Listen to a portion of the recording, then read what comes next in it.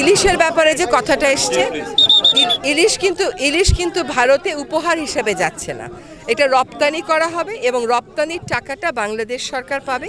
সেটা খুব ছোট করে দেখার মতন টাকা না। আর দ্বিতীয় বিষয় হচ্ছে যে বাংলাদেশ থেকে ইলিশ চলে গেলে, এখনো তো যায়নি, গেছে, খালি একটা সিদ্ধান্ত হয়েছে, তার আগেই তো দাম বেড়ে গেছে। কাজে রপ্তানি হলে দাম বাড়বে এই কথাটা ঠিক না। 2 নম্বর কথা হচ্ছে যেটা বিবেচনায় এসছে সরকারে, সেটা হচ্ছে যারা এই ইলিশটা চাচ্ছেন তারাও কিন্তু এই বৈষম্য বিরোধী ছাত্র আন্দোলনে ওই পারে থেকে অনেক সমর্থন দিয়েছেন, সেটা আমরা সকলে দেখেছি।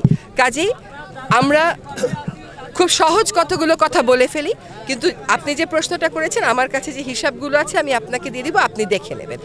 একটা কথা হচ্ছে যে সরকারের মন্ত্রণালয়গুলো যেন একসাথে বসে এই ব্যাপারে একটা সিদ্ধান্ত নয়। আমার ধারণা যে সিদ্ধান্তটা এসছে এটা আসলে একটা উচ্চ পর্যায় থেকেই আসা সিদ্ধান্ত।